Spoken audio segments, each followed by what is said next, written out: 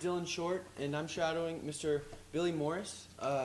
Mr. Morris is the CEO of Morris Communications, as well as a publisher of Augusta Chronicles newspaper.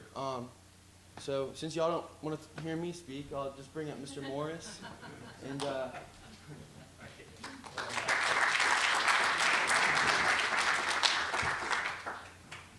good morning, everybody. I hope you all had a nice evening. I certainly enjoyed it last night. Guess where I got this tie?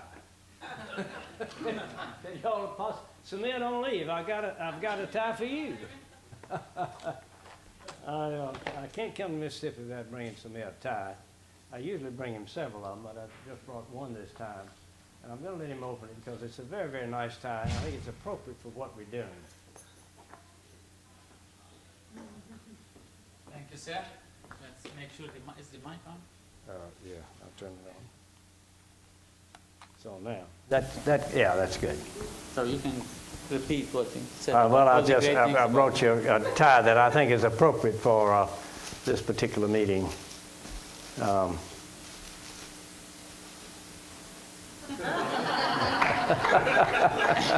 Those are all $100 bills. Good secret notes. That's right. We love Benjamin Franklin. After all, he started the very first magazine. Thank you. You know, Samir travels a lot, and he was on an airplane. I don't remember where he was, somewhere in Europe, and the pilot started the plane, taxied out way at the end of the runway, turned around, came back, and shut the thing off. And they sat there for over an hour. Finally, another crew got on. They went out, took off. And out of a great sense of curiosity, Samir asked one of the stewardesses while they were flying along, what on earth happened? Why did we have this great delay? And the stewardess said, well, she said, the first pilot heard a noise in the engine that he didn't like. So he went back and shut down, and it took us over an hour to find another pilot. But he made it all right. He made it all right. It's always fun to be here. I've had the privilege of, like many of you, of coming to all 5 of these and having the opportunity to support what Samir does. I can say to you without a doubt that these conferences have made a big contribution to our company. As some of you know, we are newspapers and magazines and other forms of media, and we're a mid-sized company. But we have been enriched by this experience, and I know that you will be too. The topic of my talk today, which Samir asked me to do, was, does journalism matter in the digital age? Now, the title of this talk raises a very important question for those of us in this room, and really for all of society. But to put it in the proper context, I want to take you up 100 miles, and I want to take you back 200,000 years.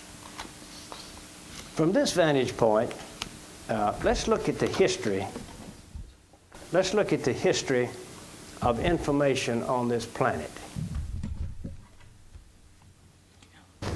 We're having a problem here? No, I forget to put things. Oh.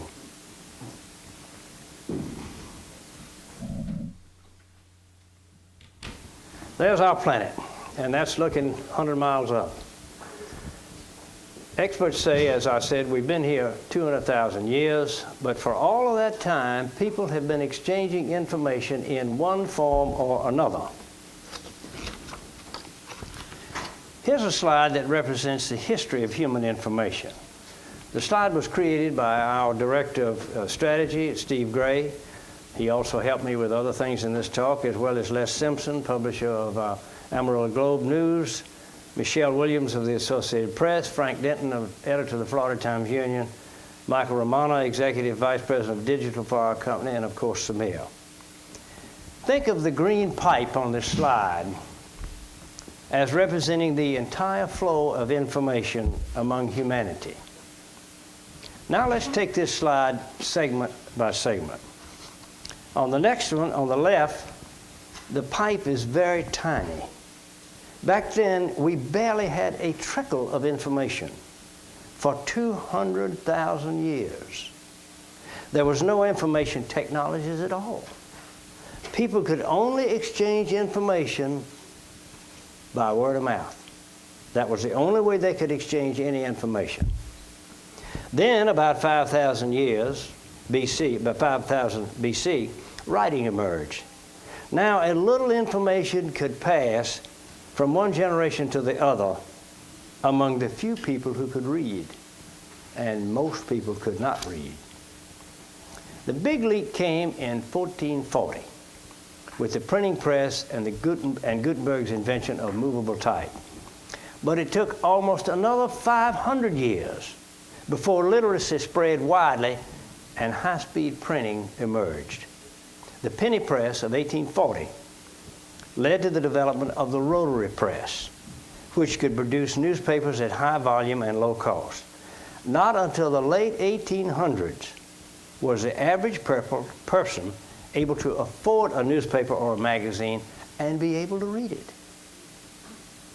Throughout that period, journalism became a greater and greater force in society, and publishing companies grew and prospered. Barely 20 years later, in 1906, the first radio broadcast occurred. And barely 20 years later, 1928, the first television broadcast occurred. And both media roared into almost every home within 2 to 3 decades. Just think of it. Journalism as we know it, the mass media, has been around for only about 100 years. That's a very short time. And now, we're well into the next huge period of change.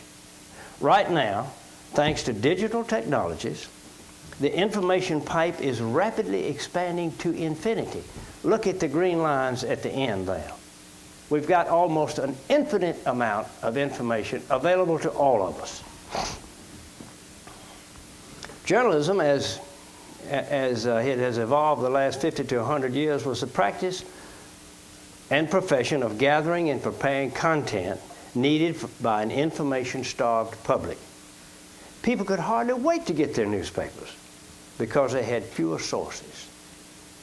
But the average person today has immediate access, anytime, anywhere, to most of the information that humans possess.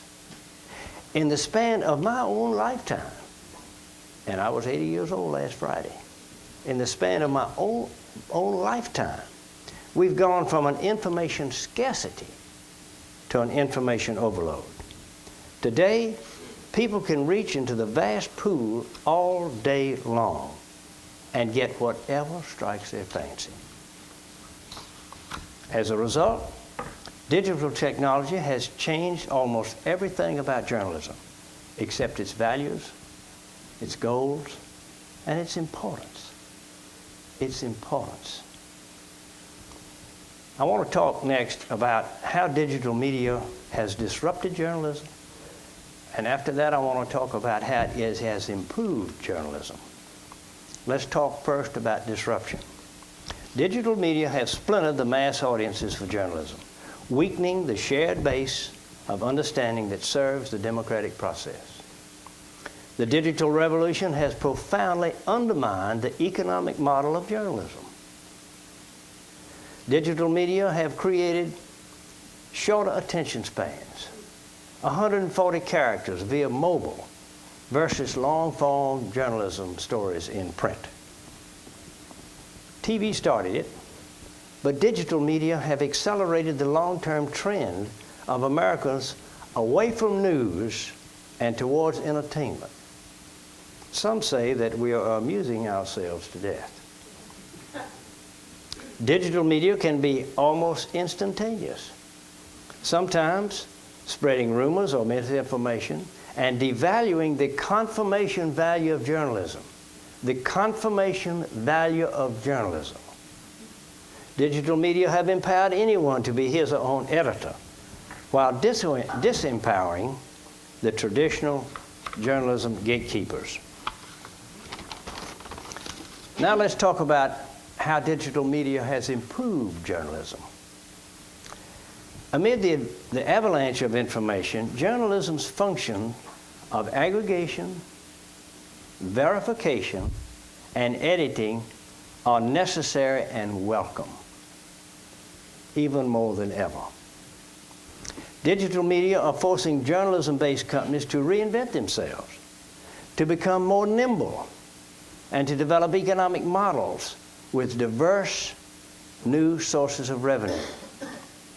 I like Michael Clinton's quote last night, and I wrote it down. I made a few notes on this piece of paper.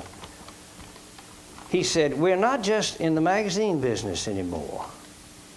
We're in the full service and full marketing business.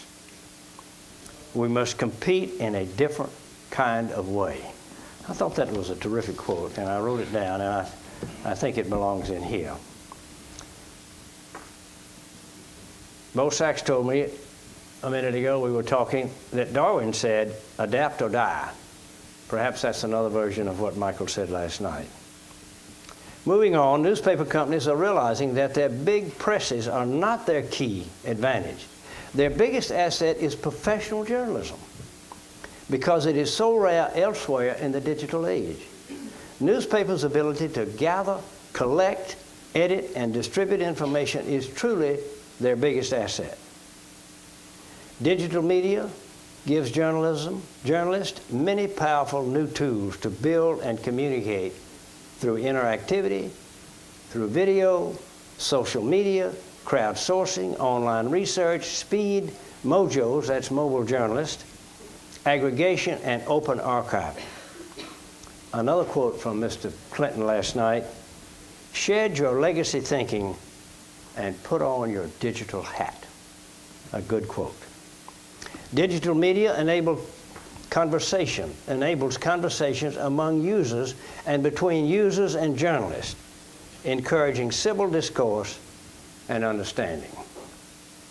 Today's citizen can get his or her journalism however, whenever, and wherever they want, as I've already said, offering the potential for a better informed public. Digital media add to our capability to reach audiences in more ways and at more times, extending the reach of journalism into some of the most repressed countries in the world. Digital media has allowed newspaper companies to compete against local television. We have in our Amarillo, Texas newspaper, AGN TV, which is a television program that runs over the internet all the time. We have the most immediate news and information and entertainment that anybody's got in the city of Amarillo. We're now selling advertising against it, and I think it's going to work. Digital media, with all their flaws and excesses, have reinforced journalism's core values of accuracy, confirmation, fairness, impartiality, independence, and responsibility. And of course, there are more. Now, much of what I have said relates to newspapers. But as you all know, we also publish magazines, and some of you in this room do both. So what does journalism mean for magazine publishers? Well, what does digital journalism mean for magazine publishers? Well, many of the same things that it does for newspaper publishers. Here are some of the things I think it does for magazines. For monthly magazines, it gives us a 30-day publishing cycle. For weekly magazines, it gives us a 7-day publishing cycle. It allows us to connect with our niche audiences through video to illustrate stories. We could never do that before. Through e-commerce, we can sell our products, our subscriptions, and our renewals. It allows our niche audiences to connect with one another, and with our editors.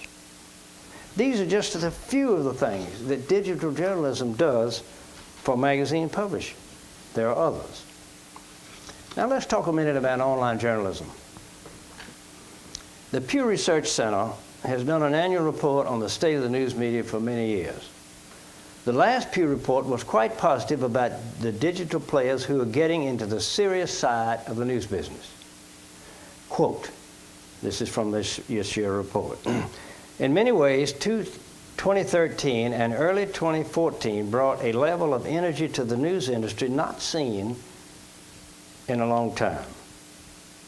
Even as challenges of the past several years continue and new ones emerge, the activities this year have created a new sense of optimism, or perhaps hope, for the future of American journalism, end quote. This is still the Pew study. Websites like BuzzFeed, Voice Media, Vox Media have hired large news staffs, and some of them have even established some foreign bureaus. For the first time, Pew attempted to count the number of journalist positions at digital-only organizations, and Pew found in this study there are now 5,000 journalists working for 30 major news outlets and 438 smaller ones. There's a slide that illustrates that. I think that's remarkable. The report says the level of new activity this past year suggests that something important, even game-changing, is going on in digital journalism. Meanwhile, though, journalists at magazines and newspapers now must compete with the entire contents of the internet. But as we all know, competition makes us better. It's not bad. It makes us better. In the face of this competition, what we call journalism faces a stiff challenge today. We need to rethink what we choose to cover, because people already have all of the information they can possibly use, as I have already said. Andrew Davis is a young guy who writes a blog called The Publisher's Paradox. He writes it for the Publishing Executive magazine. He describes it this way, and I think this is a good quote. Let's read it together. I challenge you to put yourself in the shoes of your primary audience. Spend a day consuming the content that they consume, visiting the websites that they visit. Then ask yourself, what could you do to make your print product, newspaper or magazine, more valuable given the experience that you have just encountered? He's right. And it's not just true for print. It's true for any content. Print, digital, video, audio. It's all going into the vast information pipe, competing for time and attention with all of humanity's information and knowledge. So how do magazine publishers do this?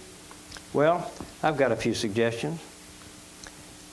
And some of what I'm saying now may be the most important thing that I'm attempting to say today. First, you've got to try new things and not be afraid to fail.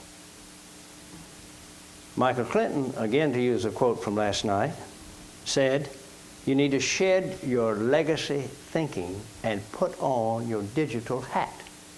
A good quote, I think. Next, you've got to be willing to spend money on it. Few of us have the money that the Hearst Corporation's got, but we operate in different segments, different sizes, and different places. It's going to cost us some money to compete. Not nearly what he does, but what we do. And I think that's important. But most of all, you've got to learn to be an entrepreneur in the digital age. Les Simpson, to talk about the digital audience for a moment, Les Simpson, who is publisher of our newspaper in Amarillo, has 4 points about the digital audience that he thinks are important. First, the digital audience wants immediacy. Secondly, the digital audience wants quantity. Thirdly, the digital audience wants short bites that can be consumed quickly. And fourth, in some ways, it's like an appetite that cannot be satisfied. But maybe even more important, and I would like to add this to what Les has said, I think the digital audience wants summaries of what's important. I think the digital audience wants context. Somebody to put in context what is happening. I think the digital audience wants information that's aggregated, that's properly packaged, and put at their fingertips. They don't like to do a lot of work. They want it aggregated and put at their fingertips. So it's not that journalism is outmoded. It's that we are challenged as never before to produce journalism that impacts people's lives, that meets their needs, that entertains and engages them. Our content has to reward them richly for their time and attention, or they won't make time for it.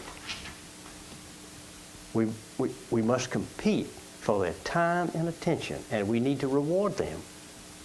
Otherwise, they'll go somewhere else. In many ways, it's like figuring out what gift to buy for someone who's already got everything that he or she wants. In the same way, doing journalism today requires careful thought and great creativity to come up with gifts that will delight the recipients and be welcomed into their lives. So again, what does journalism matter? Does journalism matter in the digital age? What matters most, more than ever, I think, is trust. Truth and accuracy coupled with timeliness equals trust. Whatever we do, we must maintain our readers' trust. For the vast majority of people who report on something on the internet and otherwise, I think there's a desire to be accurate. But there's a percentage, however, hopefully small, that has no qualms about disseminating inaccurate, misleading, and untruthful information. And there are even those who do it to be cute or just for spite. That trust today and commitment to accurate journalism are still being held strongly by the Associated Press, the world's largest independent news agency. The AP supplies a steady stream of thousands of news to thousands of subscribers around the world, who then print, broadcast, or post them that's most relevant to their audiences. It is estimated that the AP news is read, seen, or heard by half the world's population on any given day. The AP, after several close calls with inaccurate information that came over the internet, appointed an ethics and standards editor to help set policies for accuracy and balance in the AP's journalism, including guidelines for using social media for sourcing and vetting user-generated content for authenticity. This procedure has already saved the AP from being caught up in inaccurate stories.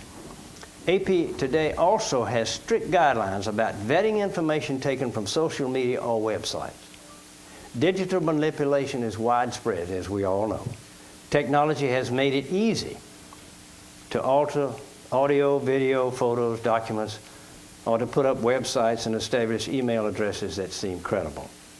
The AP must know who created the material and verify its accuracy before using it. I think that's terrific. Much of what I've talked about so far relates to newspapers, local, regional, national, and worldwide. But some of us, as I've already said, do publish magazines of specific interest, news magazines, and other. For all of these and all forms of journalism, there's still a simple formula. Truth plus accuracy equals trust. We must build trust in whatever content may be, in whatever our content may be. This is just as true for those who publish magazines about hobbies, activities, and enthusiastic passions. These passions or special interests are not going to go away in the digital age. In some ways, they're even stronger than they've ever been. In some other ways, magazines that serve these niches have the advantages over other media. They can be highly focused for different levels of interest. They can be authoritative, informative, instructional, experience-making, and fun. And they're quite portable, as we all know.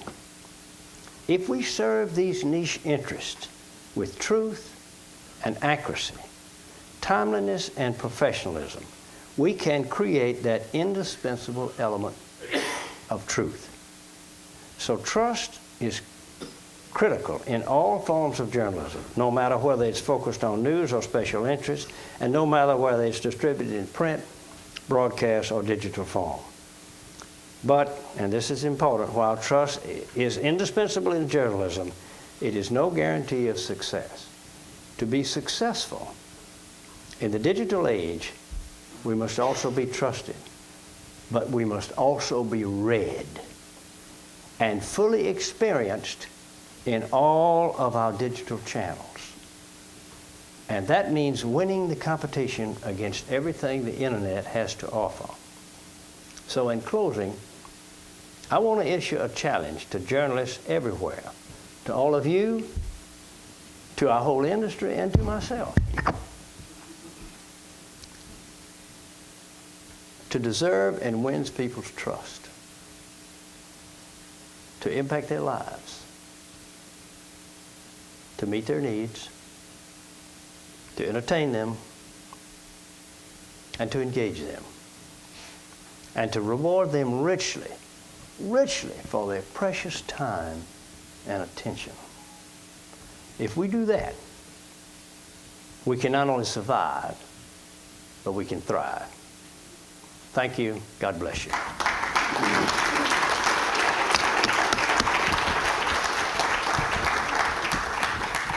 Mr. Morris. Thank you, my friend. You take a question or two? Sure, sure. It's time for a question or two. I have a question. You mentioned disruption of gatekeepers of traditional media.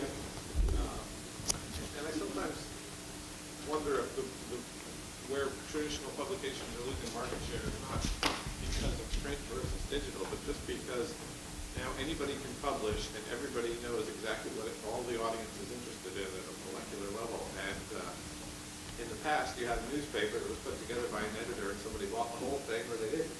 Now you have individual articles and snippets of content, and what we see people interested in is not necessarily what I would call journalism. You see 30 child stars who haven't aged well, and it's driving a million clicks. So Yeah. how do you sort of work that challenge? Well- The question is, let me repeat it. Yeah. Paraphrase the question is like, how do you work the challenge where what used to be like an editor would create a newspaper and somebody would buy the entire thing, and now where everybody is creating their own, and or you have some stuff that may not be considered journalism, yet it has like millions of clicks. I think we got to first recognize it, as the quote said. I think we got to recognize it, and then I think we got to edit to it, produce to it. We've got to follow what those interests are, and they change very, very quickly. And one of the advantages that digital media has given us, as I've already said, is it lets our magazine subscribers talk to each other and talk to us. So I see that as a plus, not a minus. I think we got to be smart enough to figure out what's really hot, like some of the things you just suggested. What's really hot, and edit to that, write to it, publish to it. Other questions? One more question. Not that I can. Yeah, go ahead. I'm recently been working for an online journalism site. What would you consider to be most important, like the longevity and depth of an article, or actual constant interaction with the readers? Well, I think, again, online, brevity is very, very important, and not so much length and depth.